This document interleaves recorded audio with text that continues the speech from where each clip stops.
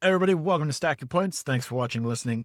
And this is the Friday Q&A segment. So your questions, we answer them sometimes up to an hour, sometimes it creates its own episode in and of itself. So if you have questions, always feel free to drop them on the YouTube channel or email us at stackyourpoints@gmail.com. But we hope you enjoy this week's Q&A session. Thanks for watching and listening. Welcome back to another episode of Stack Your Points. As always, I'm Matt from the Matt Lawson YouTube channel, joined this week by RJ from Do You Take Cards. RJ, how are you today?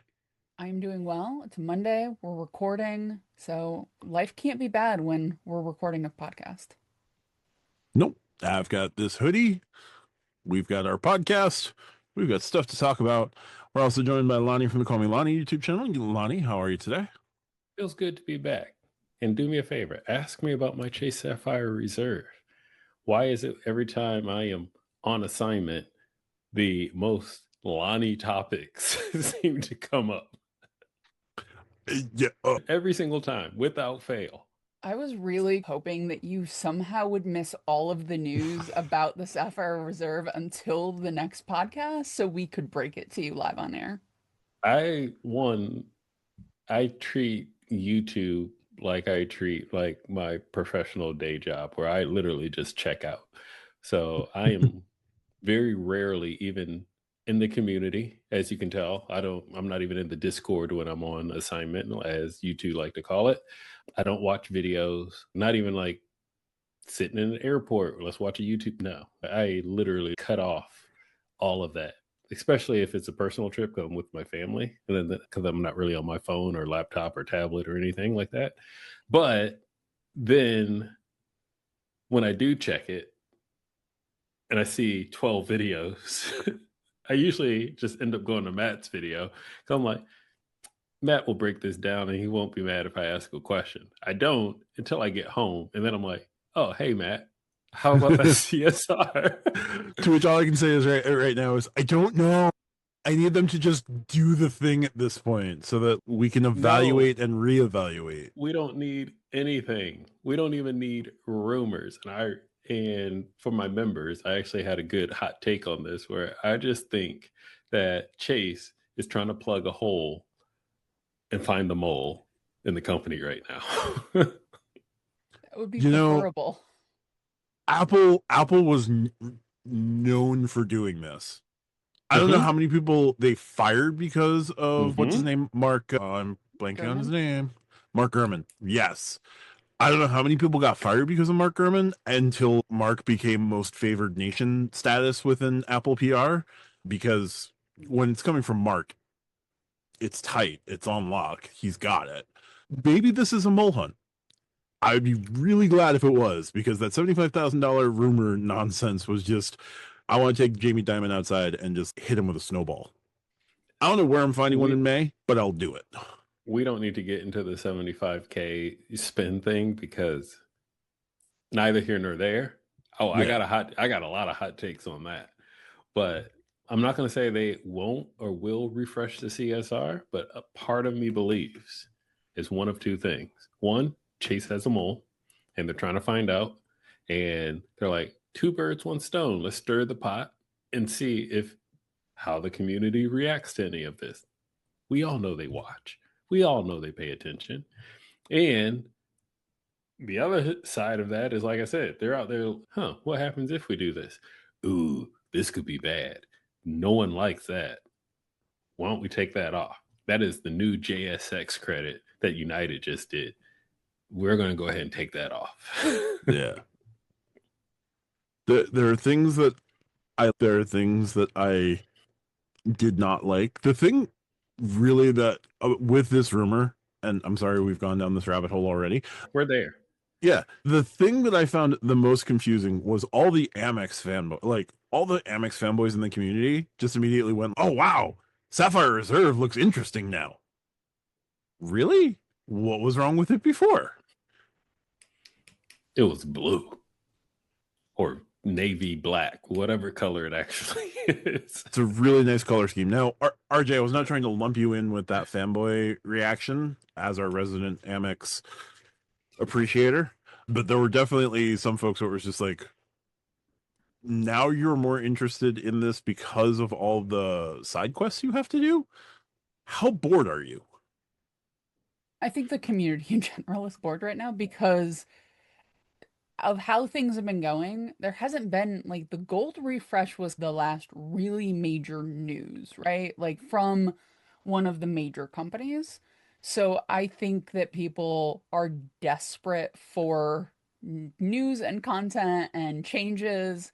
Like they want a card refresh every month of the year. Like I genuinely think there are some people who would like a major card refresh every month.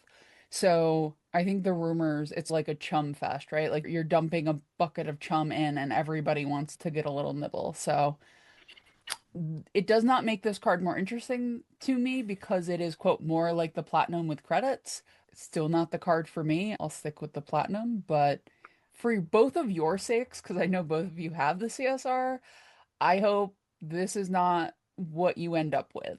Say that. I don't know. As a CSR holder, once again, it's a rumor, so I'm not going to put too much effort into it. Call me when it actually launches, and then I'll figure it out from there. Ani will be my first call. I'm going to need some trial and error. I need to see where it fits.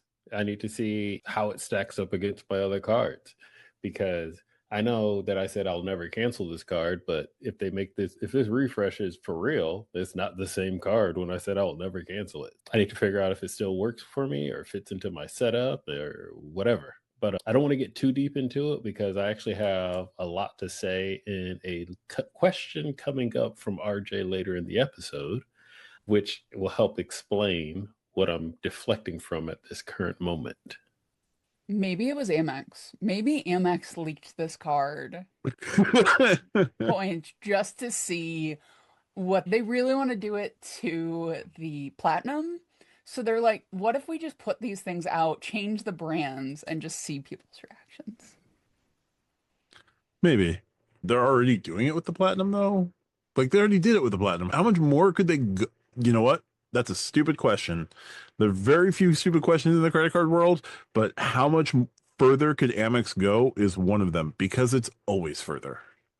The limit does not exist, Matt. Yes. Much like their preset spending limits on their cards. Anyway, let's jump into viewer questions because talking more about rumors will continue to just be fun. Anyway, we've got questions. Our first question comes from Emily, who asks, how do you think about or strategize how far in advance to book flights on points with regards to getting the best deals?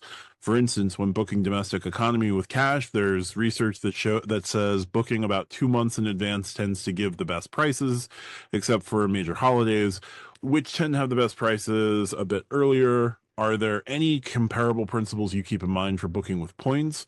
What strategies would you recommend in general or for your preferred airlines? Lonnie, let's throw to you as you tend to you and RJ tend to book the furthest out, but we'll start with you first. I do, and there's a reason behind it. And I'm going to jump into that reason here in a second. But I want to answer the second part of the question first about the speculative, like the myth of if you book 42 days, you'll get the best like airline deal. Or if you book 90 days or 87 days in advance, you always find the best hotel deals or something of that nature.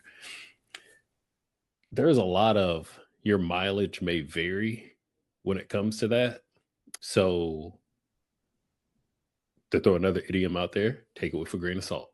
There's no better way to put that. There's no like secret sauce where it's if you do this on a Tuesday where the moon is waxing, that you will get the best deal on points for your hotel or your airline. It literally chance. It's 100% chance, to be completely honest. It depends on the flight, the destination, the how many people have already booked it, all those particular things. Now, what I will say is, and this getting to the first part of your question, in most cases, airlines can be booked starting about 10 to 11 months in advance. Hotels are about the 10 to 12 months range. Marriott goes a little bit farther, but in most cases, it's usually call it a year, like 11, 12 months. unless you're planning around a specific holiday or event, i.e., if you're going to do 4th of July, I'm only using that one right now because it's coming up in a little bit over a month. Wherever you're going is probably going to be packed. And if you're going to Daytona Beach or heck, Washington, D.C., you're going to go to Mount Rushmore, the hotels in those particular areas are going to be higher because of the timing and that geographical location. Now, the thing is, you're always going to get the best deal the further out, at least from my experience. So I'm not, once again, not factual, not ones and zeros here, but from my experience and the way I book, and the reason why I book so far out in advance is because you'll always get the best deal when you book far out in advance. The reason why is because all these computer systems run on ones and zeros. So even if they know they're going to get a influx of people, they don't know how many of influx of people. Let's just use DC again. That has 1,000,001 different types of hotels and places to stay around the National Mall. You got super high luxury ones, and you got regular old Holiday Inn Expresses. They don't know who's going to go where. So when you book first and there's not a lot of bookings yet, you're going to get the best deal versus the supply and demand of, hey, we're almost out of rooms. It seems to be hot. Let's go ahead and raise the prices and make a little bit of profit off of it. And same thing with airlines. It's best when the airline is empty to book versus when there's only a couple of seats left. Now, the reason why I say your mileage may vary is because there's always last minute deals. There's always an airline that's like, yo, we only got 2 seats left. We'll give you a sweet deal if you just buy it. And same thing with a hotel. You have to take it with a grain of salt, but the thing is, I have a better chance of getting a better deal the further out that I book versus closer to the last minute than when I booked.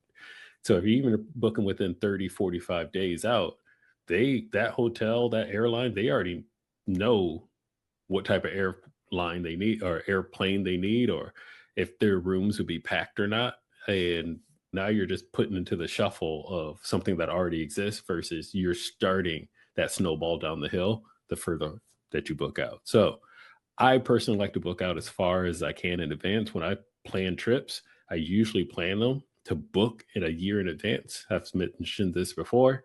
I am already planning for 2026. I'm actually looking at the end of 2026 now for September, October, November timeline of 2026 for personal trips for my family and I. And when I get to that, they just opened up the rooms for that week, or the airline, United just opened up those flights. I'm ready to go. And I'm going to get the seat that I want right at the front. They're going to give me with my statuses, I might get the discounts or the deals because they have the most amount of inventory to get rid of at that moment. And that's how I personally look at it or strategize around it. That was a very long answer, but thanks for the question, Emily. Absolutely. Just some follow up on that, just to keep pulling on the string a little bit. With United, when you're doing solo personal travel, are you looking at particular class? Like you'll more likely look at Polaris first, or are you looking premium economy first? Are you looking to book those as early out as possible? Polaris, it would make a certain amount of sense because those business and first class products, those have a finite number. Every seat on the plane is finite, obviously, but you have a much smaller class with those two groupings than, say, basic economy, middle row, back of the plane, right next to the wash seat, or as we call it, the Josh Giebel special. I will hopefully will never have to sit in the back of the plane. That's one reason why I love my status. My status lets me sit in the front of the plane for free, not first class, but economy plus or premium economy, depending on the hardware. As for even with solo travel, Polaris or economy, just depends on the destination. So if it's a short trip, 2 hour, 4 hour, I don't really care if I'm sitting. One, there is no Polaris for those flights, but I don't really care if I'm going to sit first class versus economy because it's such a short flight. Now, let's just pretend it is a business class flight, Polaris, international, something of that nature. Then yeah, if I'm flying solo, even if I'm flying with my family, like I said, at the end of 2026, we're actually looking at the Polaris seats for even my toddler to sit. He ain't going to sit in the back by himself. So we're getting a seat for him too. But the reason why is because if I want to book on miles or points, so take Chase out of it. Chase points don't matter if I'm going through Chase portal because United sees it as a cash booking, even when I use Chase points. But if I'm using United miles to actually book, there's only a finite amount of award seats that these airlines and hotels put out there. And you can probably see this. Go to your favorite hotel chain or your favorite airline and look for something in the next 30 days. Hotels is usually the best where you say, I'm paying cash, 10 All the different rooms. rooms. Right. And then you say, want to use points. And it's a standard double queen bed. That's all is available on points because all the point allocated rooms have already been taken. And that's a crutch that can work against you if you're trying to book short notice or within the next 45, 60, maybe 90 days versus if I go and look for Intercontinental or on the Hilton side or Marriott site, Marriott's probably the best one if you want to test this out. They do it all the time. The second you hit that use points button, like 80% of the rooms go away off the cuff. That's why people hate Marriott points sometimes. But anyway, once again, neither here nor there.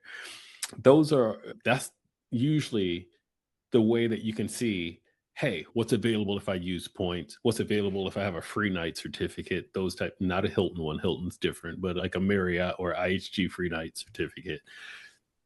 You got to book out if you want to make sure that you can guarantee you're going to use it for a room that you're going to get the best value on. Because if you do it short notice, yeah, you're going to be in the studio and you'll be like, man, the studio is only $120 a night. I might as well just pay cash for this and save my points or save my cert. Makes sense. RJ, your thoughts here? So I tend to book as soon as practical. Like with hotel rooms, I'll book far out, right? Because hotel rooms, usually I'm using cash, but you can cancel them and you haven't been charged, right? Like hotel rooms, you pay either when you get there or at the end of the stay, depending on the hotel. So if I cancel it, because I'm not doing a non-refundable hotel room, then it doesn't cost me anything. Flights are a little different. I usually use cash for Delta.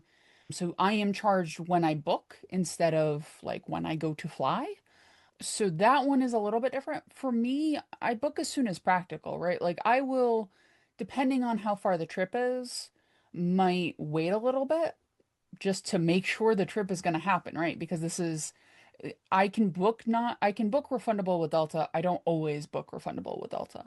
So I make sure the plans are solid and then we go from there.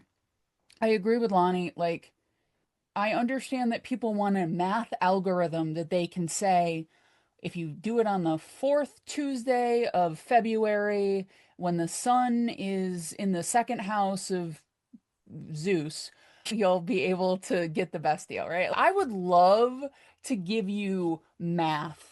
I know I'm saying the word math positively, but I would love to give you an algorithm where just got the best deal, right? I would love that for me. I'd love not to have to think about it. Ultimately, the best way to know if the price is good is to travel. Because when I put in like my home airport to wherever I'm going, Denver, San Antonio, Florida, whatever, right? If the price is what I expect it to be, then I'm just going to book it. If the price is super high, I might wait and see if things come down. If the price is super low, I also might book it, right? And then double check before I hit the submit button to make sure I didn't put something in that I didn't mean to. But yeah, like once you start traveling, you're going to start getting those feelings, right? If I'm doing a flight from my local airport to Atlanta and it's $2,000, something is wrong. Either I'm booking for there's an event in Atlanta that I'm not taking into consideration, something's going on. So having those experiences is going to help you. I know with Delta, you can do my dates are flexible and it will actually show you. That is super helpful too, because you might be like, oh, I want to leave on Saturday. But if you leave on Sunday, like you might save a couple $100. So those are also tools to help you. And it gives you, I think, a week on Delta, which can be helpful. But there's not like the wisdom of use an incognito browser and don't log in until the very end and all of that. Like sometimes it works, but it's also confirmation bias. Like every time it works, you go, aha, these companies are trying to pull one over. And every time it doesn't, it's, oh, it didn't work this time. So you believe all the times that it worked, that it's the real way to do it, even though it's just random chance. Unfortunately, travel, figure out what you expect things to be and book when you want to book. Ultimately, booking out farther, like Lonnie said, is going to help you. It also, depending on what the trip is, like I've booked a trip for Denver for the fall. I don't have to think about the Kimpton I'm staying in. I don't have to think about the Delta flight I'm going on. The only thing I got to plan is like what me and my friend is doing when I'm in Denver. That's all I got to worry about. The two biggest things have been tackled. So I think we micromanage things because we want like the best deal instead of like just being able to plan the trip and actually enjoy that part of it. So book when you're ready. Just to touch on that, I've had now 2 experiences where this has happened with the same person, and the person is not my wife, by the way. So let me explain the story before anyone clicks out or calls me a bad person. By booking far out in advance, I've gotten it might not have been the best deal, but it was definitely lower than waiting till whatever, last minute, 90 days or less. And that's because twice this has happened, once in Las Vegas, once in Miami, where I booked out, had everything planned in advance, and all of a sudden, this same person, this woman named Taylor Swift, said, I'm having a concert on this night. By the grace of whoever is watching above, I already had my room booked. So I'm staying in hotels that now are worth literally like studio rooms that are $900,000, $2,000 a night because Taylor Swift is having a concert. And I was like, got this for I felt like the dude on the Trivago commercial. I honestly did. But it worked to my advantage. Yes, was I in a hotel that was packed full of people at that point? Good thing it's not like an airport or an airport lounge, but yeah. But for the price and the convenience and what I was there for, and neither one of those times I was there for a Taylor Swift concert, by the way. Not that I wouldn't have gone, I just wasn't there for it. It works out in advance to have it already booked, because if something like that happens and she's, hey, we're doing 2 more nights in Miami, you could have got it cheaper earlier. It was cheaper on Monday than it was on Tuesday. Lonnie, follow up. What is your favorite Taylor Swift song? Is it Are You Ready For It or Ready or Not, I think? Okay. I like the beat to it. Matt, it goes pretty hard in my car. I had one. Shake it off. Not Shake It Off. I am a sucker for the surf drums, man. Any song that does that surf drum pattern, I am just a sucker for. I think that song did it well. It did. Although I also like the fact that I also enjoyed listening to Ryan Adams cover 1989, which was weird. Like he did the whole album because they were both born in 1989. It's just she's a fascinating character. She will be studied. Like there will be college courses in 15 years about Taylor Swift. I don't love the music, but I do respect some of the things that she did. Oh, you've got my masters and you won't give them up? Fine, I'm going to re-record them. Yeah, as someone that was formerly employed in the music industry, that whole thing with Scooter Braun and Big Machine, dude, we don't even need to save it for another day. Yeah. But it was way dirtier than you expect. Oh, no, it's probably as dirty as I expect, but yep. No, good on her to take those steps. So strategy, like I do not strategize as well or as far out as my colleagues here on the show. I will go with where am I going, and I also have the most dynamically priced airline of choice because I choose to fly JetBlue, where I will find flights on a random Sunday night for 6,000 miles, and then I go to book the flight thinking, okay, I've got the 6,000 miles, I'm good, and then I log in and it's 15,000 miles, and the plane is just as empty as it was on Sunday night. So yeah, the dynamic pricing of JetBlue is annoying. So as soon as you find like that flight that you want and you have a really good points redemption on it, grab it. You can always cancel later. Just grab it right then and there, because if you go back like 30 minutes later or on a waning moon on a Thursday, it'll be triple or quadruple. Like, JetBlue is stupid. Love the product for whatever reason, but man, they are unpredictable with pricing. I at least know what the price will be with United. I at least know what the price will be with Delta. I at least know what the price will be if I go through Seats.Aero and play whatever international carrier I do to fly domestically. JetBlue, it is always just a roulette table. And it Matt is has abusive not fun. relationships with his ecosystems between JetBlue and Marriott at times. You're in for something, Matt. Every facet of my life is just me asking myself, how much abuse am I willing to take? I'm a New York Mets fan. How much abuse am I willing to take? I'm a New Yeah, York you're not Islanders flying fan. Spirit.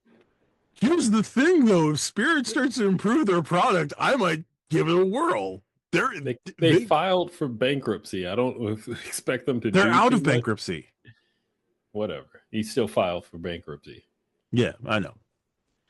They might be planning a premium credit card later this year. How bad could that be? But yeah, no, I'm a Mets fan. Abuse. Islanders fan. Abuse. I booked Marriott's with cash. Abuse. I fly JetBlue. The point booking system. Abuse. I am just picking wrong, either intentionally or I don't know what, every step of the way. But realistically, with JetBlue, as soon as you see the price you want, just grab it. Just grab it. You'll be far happier. Yeah. I would also add that for hotels, because in most cases with hotels, you can cancel like 72 hours in advance. So just get it. And then if it gets you see a better price later, cancel it and rebook it. I do that all the time. And if you have status, you can usually get down to 24 hours. Yeah. So if you have any status with hotels, you can always cancel and as long as it's rebook not later. non-refundable prepaid. Those are locked in. Those are locked in. Pay the extra $40 for the refundable room. Yes. The only reason to do non-refundable any sort of silliness with hotels is either A, you are redeeming for like an amazing deal. No, not even an amazing deal, because you'd be going through like Chase Travel, or FHR even lets you cancel. So yeah, don't do the non-refundable unless you're me and doing some stupid experimenting on a weeknight. Yes, I am experimenting this week with Rove Miles, with a Rove Miles booking. I'll report back on that because it's going to be interesting. I already got the points from Rove, but yeah. Find out what works best for you. If you're really worried about a flight, you can always set up a travel alert just to see a price alert for a flight. If you've booked cash and you've booked refundable, you can always set up something where like it will tell you, let's say you book it out 4 months out in advance, and then 3 weeks before the flight, there's a sudden price drop. You can cancel your booking and reschedule, rebook it right there. Plenty of folks do that in the community. You can do that with points. You can do that with cash. If that's a concern for you, that's great.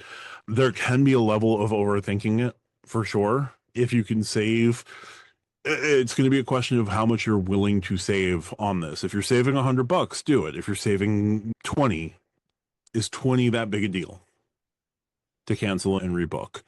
So those are definitely things to take into consideration. Hotels, you get a lot more leeway with hotels just because if you have status, which status is much easier to get with hotels than it is with airlines.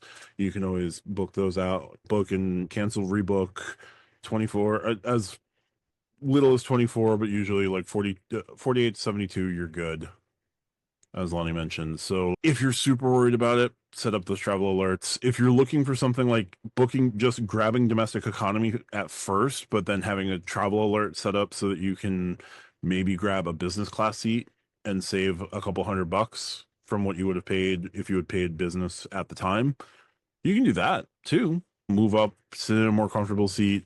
You'll probably end up paying a little bit more, but it wouldn't be as much as you would have paid if you had paid for business at the time.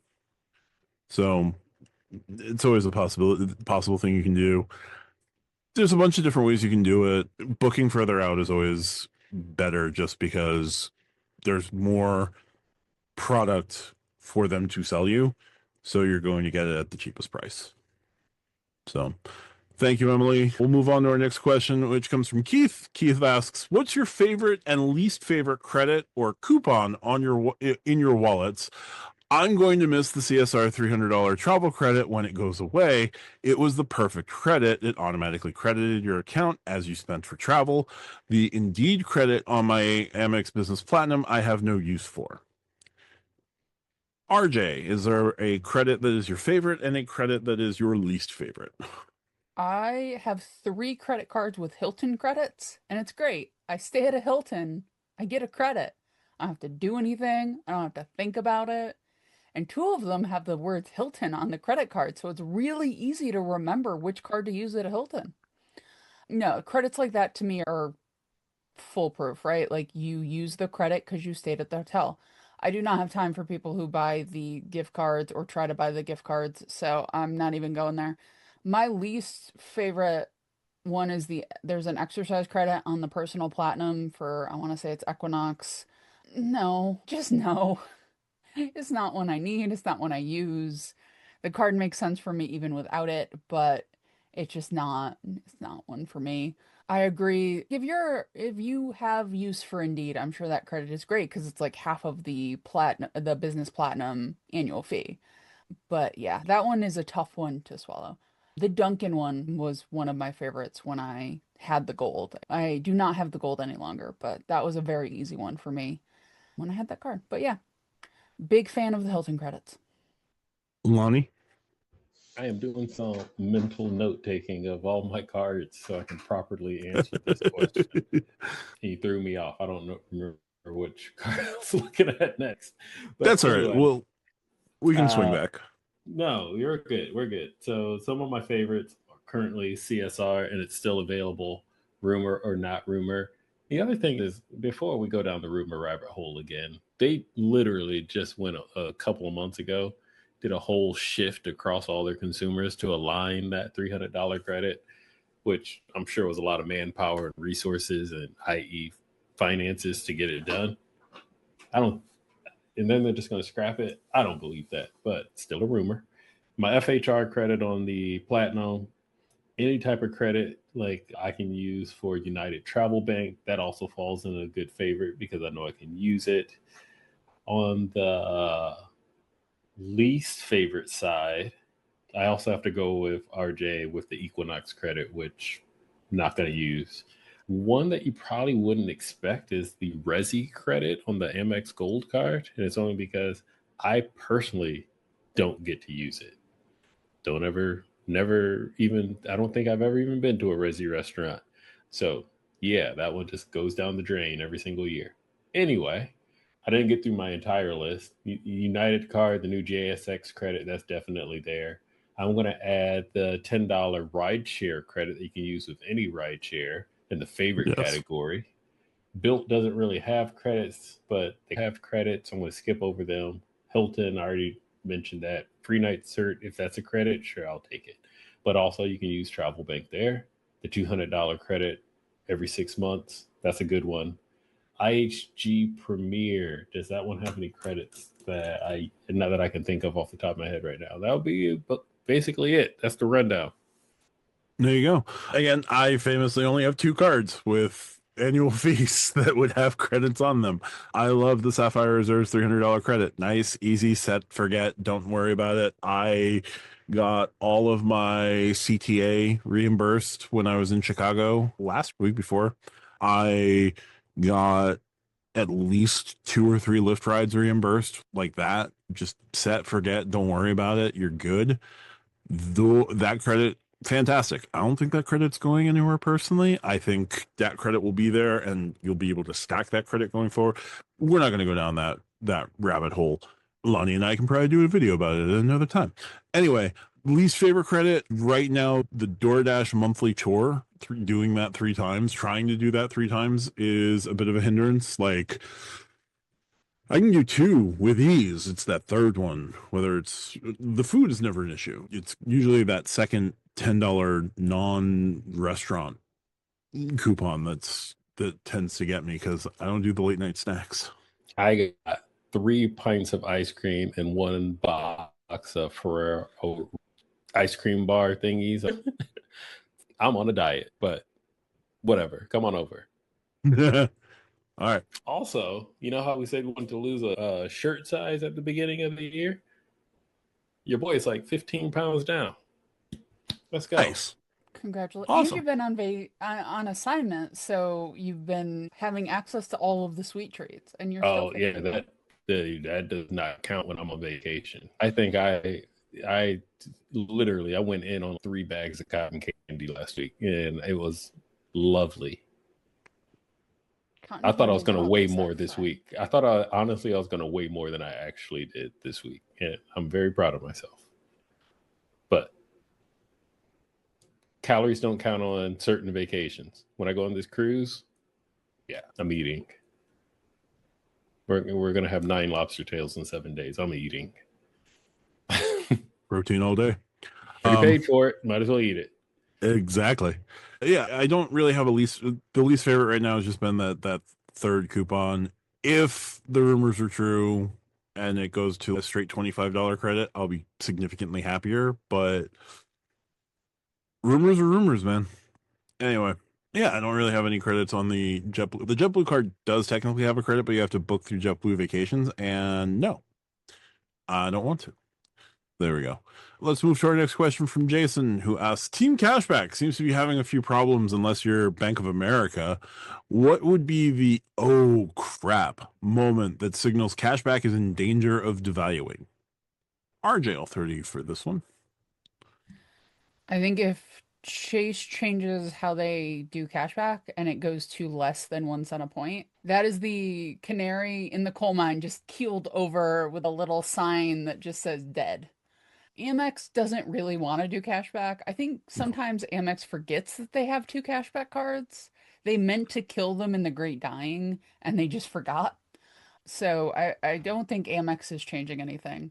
Though if they take having the business platinum and the business checking account to get 1 cent per point, I think that will also be a bad sign because it's such a niche thing. If they take it away, I think that's a larger indication of something.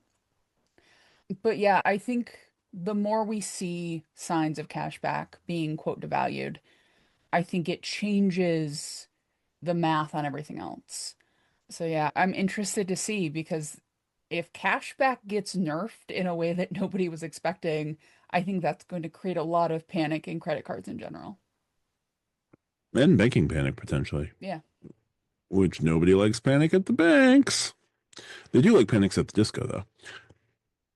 I'm kidding. Maybe.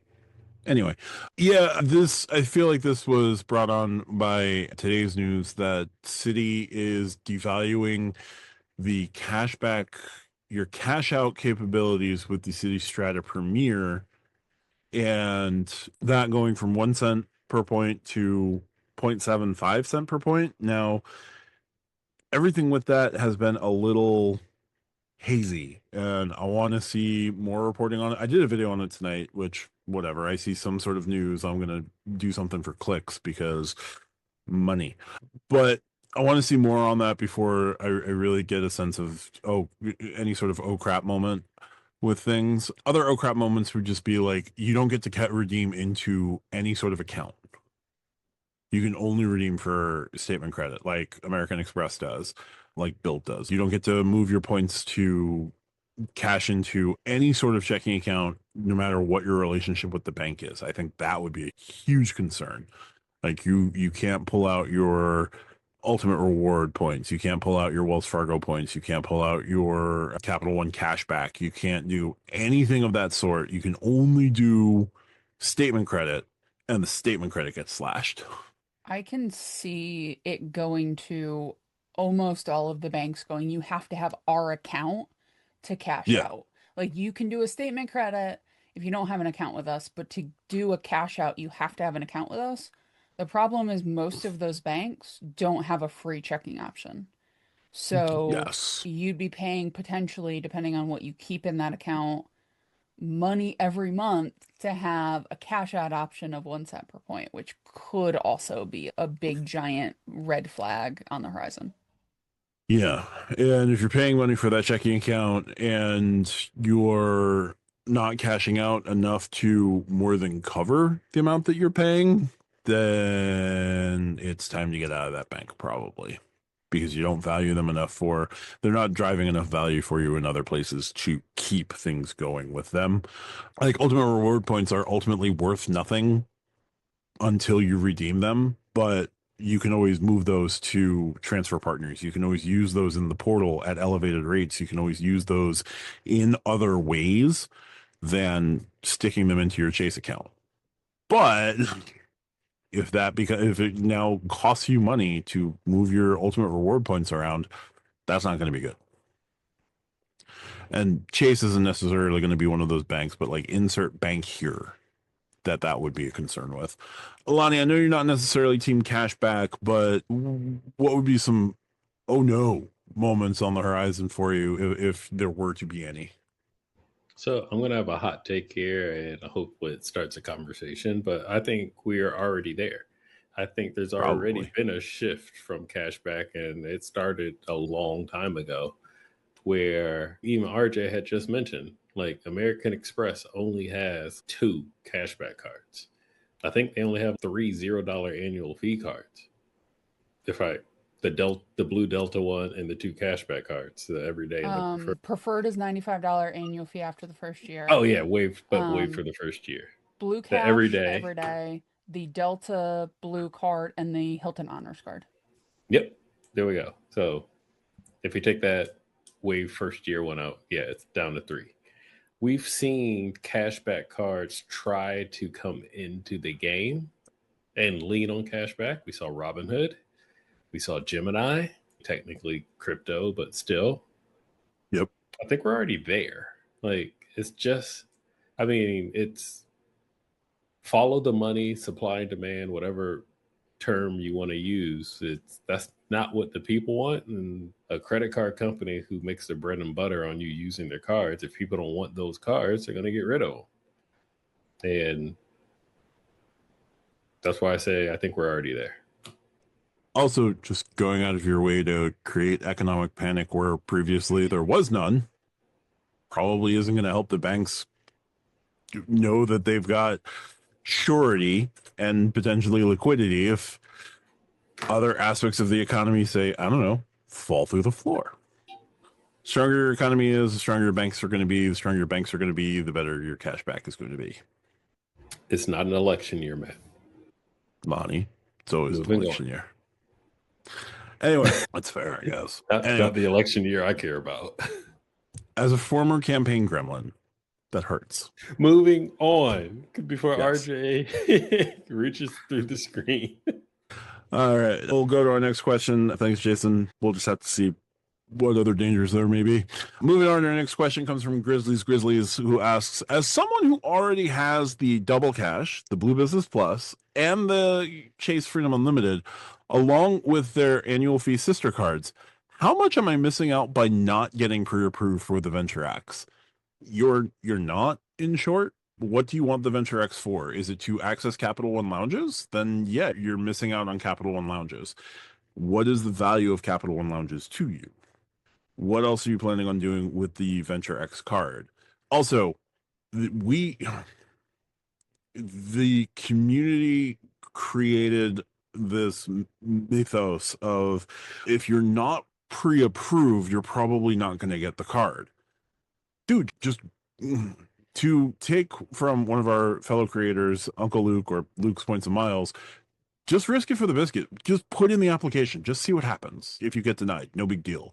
If you get the card, like the worst part of that is you're going to get your 3 credit bureau dings from Capital One because that's just how Capital One operates. Whatever. If you get the card, even better. Now you've got the card. The question is, what are you missing out on? Nothing besides Venture X lounges. Like the Venture X is just a flat 2% earning card or 2x earning card, not even 2%. 2x earning card.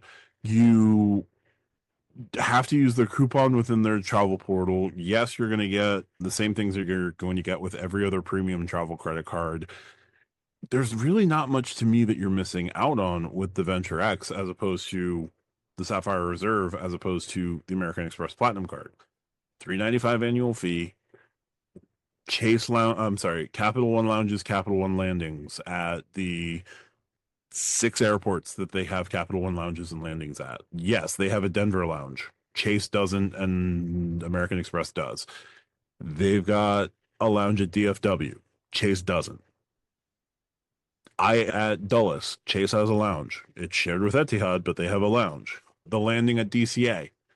Okay, that's new. That's different. But what are you missing out on? You're only missing out on those lounges and landings. And if you don't go to those airports, it's not worth getting. To me. Also, just apply. Don't worry about the pre-approval. Just apply. RJ, is there anything I'm missing out on here? So I would ask, what about Capital One do you want to be involved in? Is it a transfer partner you don't have, though you've got Most of them? 95% of the transfer partners already locked down with Citi, Amex, and Chase. So Wyndham? what about the Venture X from a transfer partner perspective are you not getting? Is it the ability to do Travel Eraser? Because cool, but there are other ways to handle that, right? To sort of Matt's point, like, what about this card do you want other than Pokemon collecting 2x 2% cards? Like, other than that, what does this card give you? Do you want a metal card? Because cool, but also, like, metal cards have their ups and downs. Like, what about this card is drawing? Do you want the Venture? Because the Venture, it doesn't have the $300 travel credit, so you don't pay that $300, $95. If you want the Capital One offers can be great. You can also get those on the Venture and the Venture One. So if you want the offers, if that's the thing that's driving you, and that's a Venture or Capital One offers is a reasonable answer to what do you want Capital One for? Because you can get a fair number of miles from those. And they have Yes. some really interesting things.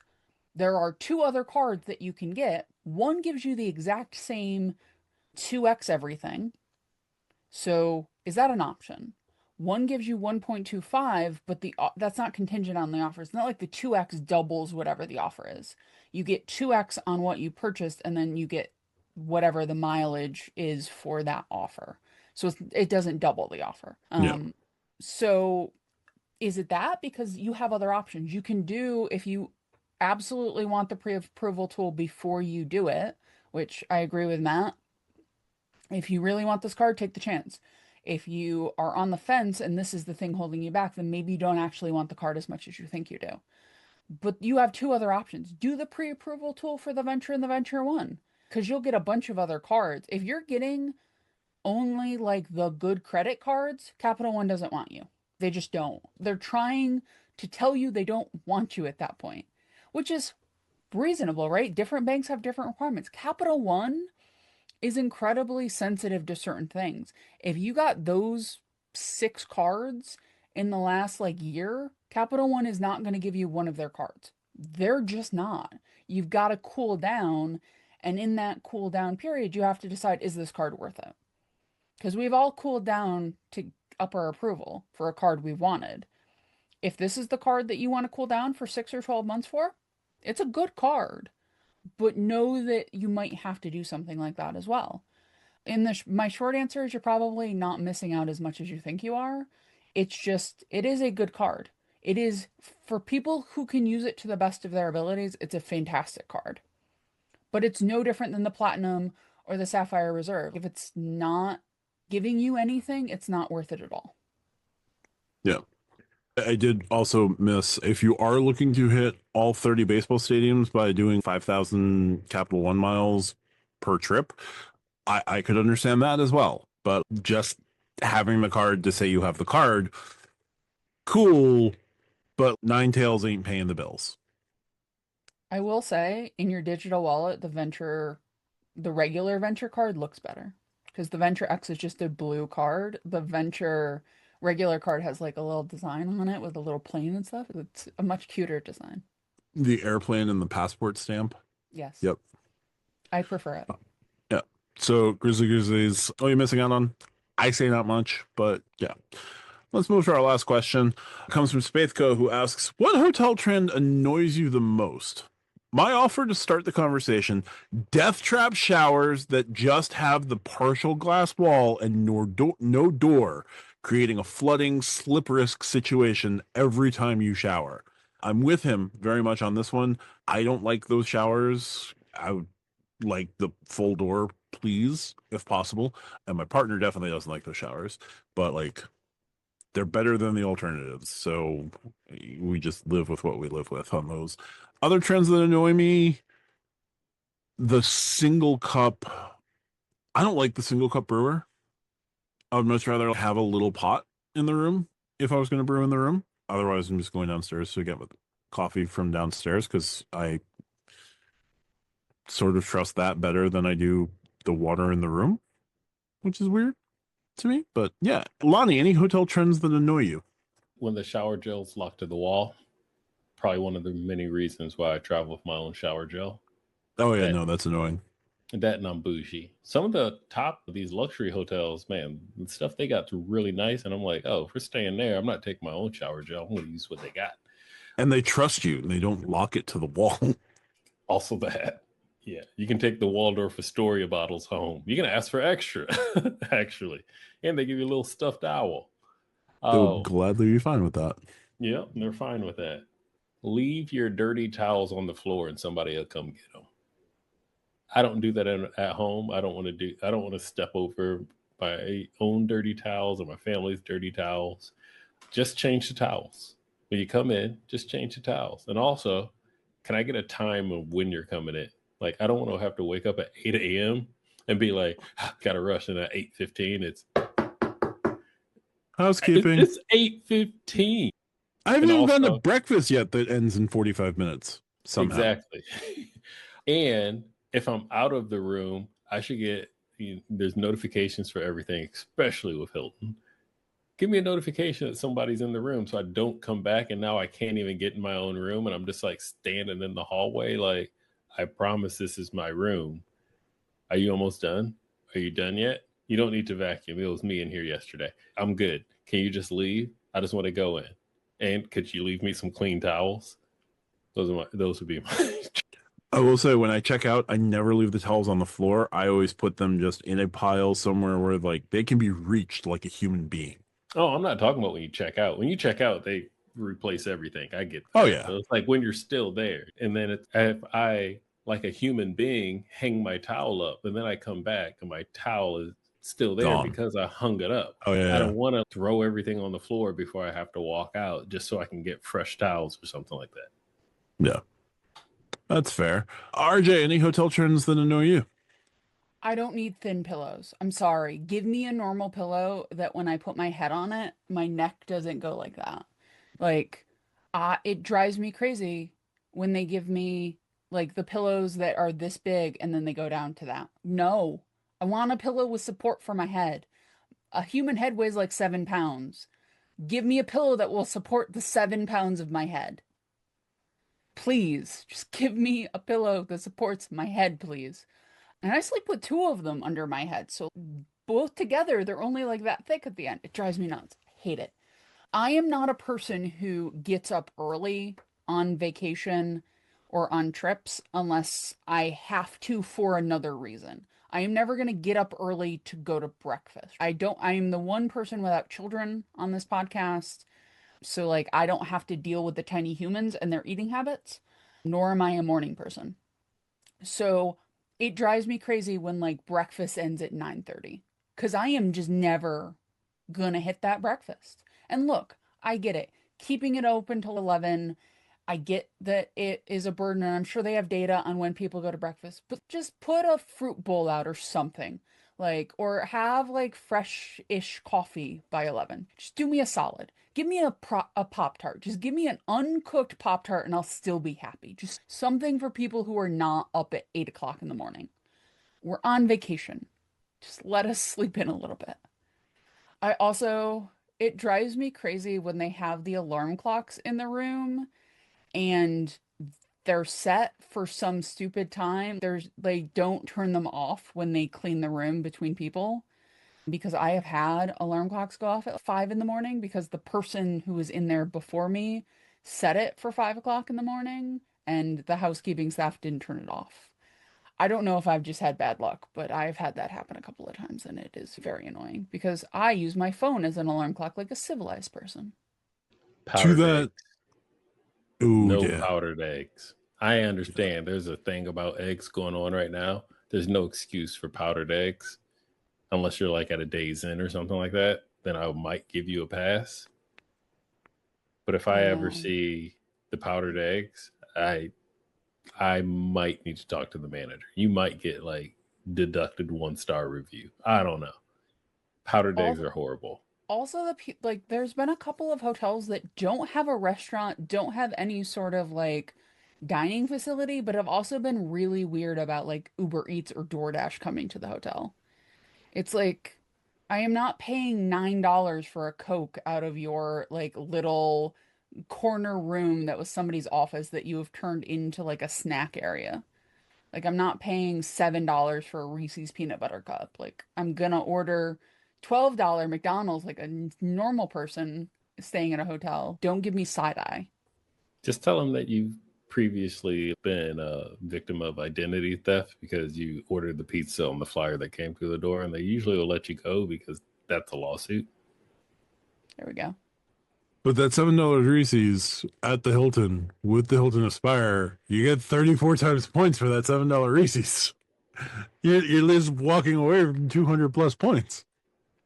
I It's spend worth. It's enough on fine. my Hilton cards that I am not concerned about 200 or 300 points for the Reese's peanut butter cup.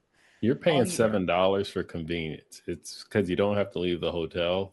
They added the tip and gratuity in. That's what you're paying for. Yeah. If you really don't want to pay $7, I mean, there is a CVS down the street. You Yeah, it's a There could, gas station. and there is yeah, Uber who I can hit the little button and it'll be like, "Hey, do you want them to stop anywhere else on their way to bring you your McDonald's?" And I'm yeah. like, And "Absolutely, Matt, I do." this is All the where you can places. use your second $10 credit from DoorDash instead of you can order your $7 Reese's and a $3 tip, and it's all credited away. Matt, if you just had 7 Sapphire reserves, you basically aren't paying anything for anything anymore. Yeah, tell that to my $3,700 annual fee. Yeah, it's fine. Maybe. All right. Spadeco, thanks for that, everyone. Thank you for your questions. Yeah, all right. Thank y'all for that. That will conclude our topics here. I'd be remiss if I didn't mention the elephant in the room. Just for the next little bit, we're not sure how long exactly, but Tariq has been having life for him for now. He's going to be stepping away for things, just getting things sorted out. But he has an open invite whenever he is ready to come back and take Lonnie's ribbings. No, just whenever he's ready to come back, he has an open invite. I'm keeping a little notebook of small jabs, just waiting for him to come back. Yeah, Take your time, Tariq. Take your time, but also take care of yourself. Yeah. Plan right now is he'll still join us from on lives when he's available, when he's up for it, all of that.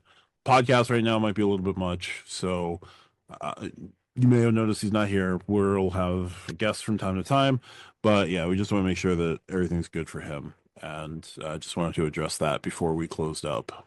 But yeah, life's been lifing. You're worried? Don't be. He's still around. With that, Lonnie, if folks wanted to find you on the vast expanses of this here internet, where would be the best place for that? You can find me at the car wash. It's the first thing that came to my mind. I have no idea why. I have no idea why that song came into. Yep, I don't know why that came to my mind first. But anyway, now that I'm home, you can find me on the Stack Your Points Discord again because I checked out like it was 11 a.m. Oh, you didn't pay for that guaranteed late checkout? I don't have status on Stack Your Points Discord, so yeah, I had to be out by 11. Other than that, you can find me on my own personal channel, which is Call Me Lonnie, all one word, Callme, and Lonnie is spelled Lani. Come by, say hi. I drop point stacking tips over there, of course, as well, and my own personal travel hacks, stacks, and experiences. And I also have a thriving members only community that gets a lot of love right now. So consider joining the channel as a member. And with that, don't operate on rumor operate on fact, and then reevaluate when fact becomes fact. I watched today. There we go. All right. RJ, where would be the best place to find you? You can find me in the Stack Your Points Discord. You can find me on my channel, Do You Take Cards? And also, Matt, you have the 2x Blue Business Plus. You don't need to get another card. You already have a 2x card that you could just Oh, yeah. use. No, I've got 3 of them. I'm doing the wish casting of forward and travel in my head. Oh, sweet Matt. Also, I had another thought. And as I said the word also, the thought flew from my head. Goodbye. It's like that third sneeze, isn't it? Hate when Yeah. that happens. Hate it. But yeah, good show, guys. Good show. All right. And you can find me on the Matt Clawson YouTube channel and the Stack Your Points Discord, where we are talking all things that all the time. Yeah, if you like what we do, hit the subscribe button down below. As always, we're quickly approaching 400 subscribers. We are on our way to 500. We have some potential plans with memberships. We do have a membership survey that was posted by RJ. Are we still continuing the Stack Your Point, the credit card survey? No, that's that's closed. closed. We did the live, talked about it. We might do another one next year or in a few months, but for now that's closed. The membership survey will be in the description if you guys want to take that. The more feedback we get, the more we can figure out what, if anything, we're going to do. Yep. But you can find us here on YouTube I on Wednesdays and Fridays. Oops, sorry. Cannot wait till we open up members only. Tariq will be back for members only. It's going to be a different level when we get to members only, folks. The stuff we talk about after we hit the record button will be in members only. You mean the stuff we talk about after we hit the stop button? The record button is the same record button to start and stop. Fair. Once again, I'm off my game. Open up the video camera on your phone and tell me if there's a stop record button. It's the exact same button. I got a camera right here. It only has one button, one red button. You hit it to start, you hit it to stop. It's the same record button. My logic is sound. It is. I'm just dumb. But check us out here on Wednesdays and Fridays. Main It's show like a is mute button. yes. Same button. Turns on the mic and turns it off. News and topic on Wednesdays, questions on Fridays. Full show is on the podcatcher of your choice on Saturdays. We do a live on Thursday nights at 8:30 Eastern, so check us out for that. Join us there. Those are more just general hangouts, question and answer, whatever. We nerd out. We draft credit cards. We talk TV. And yeah, just check us out there. It's a fun time. But that's going to do it for this week. We look forward to seeing you next week. Talk to you soon.